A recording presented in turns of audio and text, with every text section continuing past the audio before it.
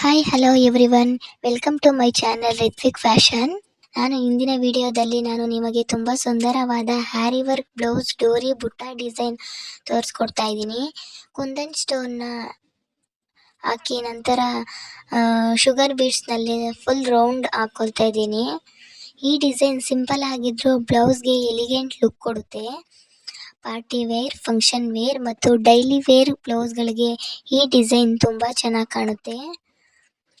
ಇಲ್ಲಿ ನಾನು ಡೋರಿ ಬುಟ್ಟ ಶೇಪ್ನಲ್ಲಿ ಹ್ಯಾರಿ ವರ್ಕ್ಗೆ ಸ್ಟಿಚಿಂಗ್ ಮಾಡ್ತಾ ಇದ್ದೀನಿ.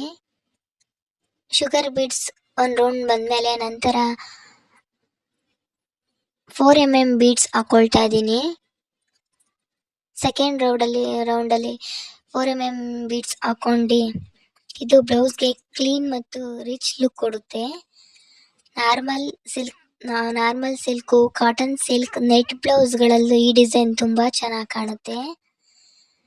ನೋಡಿ, 4mm ಬೀಡ್ಸ್ನ ಒಂದು ರೌಂಡ್ ಹಾಕೊಳ್ಬೇಕು.